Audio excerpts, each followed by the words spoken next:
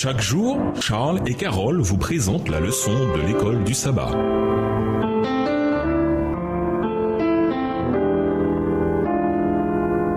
Bienvenue dans votre émission. Dieu nous parle.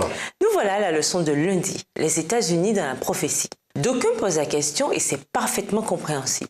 Comment Rome peut-elle avoir cette influence aujourd'hui ou à l'avenir qui est décrite dans Apocalypse 13? Lisons Apocalypse 13, versets 11 et 12.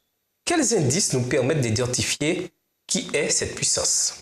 Apocalypse 13, versets 11 et 12. « Puis je vis monter de la terre une autre bête qui avait 2 cornes semblables à celles d'un agneau et qui parlait comme un dragon. Elle exerçait toute l'autorité de la première bête en sa présence et elle faisait que la terre et ses habitants adoraient la première bête dont la blessure mortelle avait été guérie. » La bête qui précède celle-ci, considérée depuis longtemps par les protestants comme étant Rome, a été décrite comme ayant reçu le pouvoir pendant 42 mois.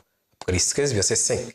Les 42 mois sont la même période que le temps des temps et la moitié d'un temps, de Daniel 7, verset 25, ou 3 années et demie, Apocalypse 12, verset 14, ou les 1260 jours prophétiques, Apocalypse 12, verset 6, période durant laquelle la puissance papale a opprimé ceux qui s'opposaient à elle. Cette période prophétique, si l'on applique le principe jour-année, a commencé avec la suprématie de la papauté en 538 de notre ère et s'est achevée en 1798, année où le pape a été fait prisonnier. À ce moment-là, la puissance papale a reçu sa blessure mortelle et la prédiction s'est réalisée. Vers ce moment de l'histoire, vers la fin des 42 mois, en 1798, une autre puissance apparaît. Apocalypse 13, verset 11, Apocalypse 13, verset 1, « Venant, cette fois de la terre, contrairement à beaucoup des puissances précédentes qui venaient de l'eau. » Voir Daniel 7, les versets 2 et 3, symbole des foules de gens. Les eaux que tu as vues, sur lesquelles la prostituée est assise, ce sont des peuples, des foules, des nations et des langues. Apocalypse 17, le verset 4.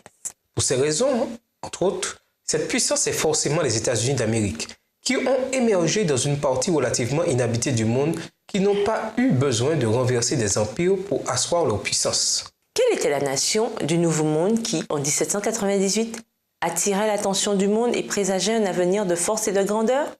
L'application du symbole ne permet pas un instant d'hésitation. Une nation, une seule, remplit les conditions de cette prophétie, les États-Unis d'Amérique. Bien que cette puissance soit la première décrite comme ayant 2 cornes comme un agneau, symbole de douceur, elle parlera comme un dragon, Apocalypse 13, verset 11, indiquant par là un temps de persécution comme ceux qui ont eu lieu sous les puissances précédentes. Apocalypse 13, verset 11 à 17, répond ensuite à la question du comment Rome peut exercer l'influence prédite par la prophétie. C'est qu'elle disposera de la force des États-Unis.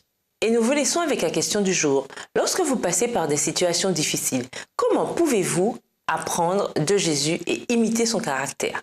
Au revoir. Et à demain si Dieu veut. Dieu nous parle. Chaque jour, Charles et Carole vous présentent la leçon de l'école du sabbat.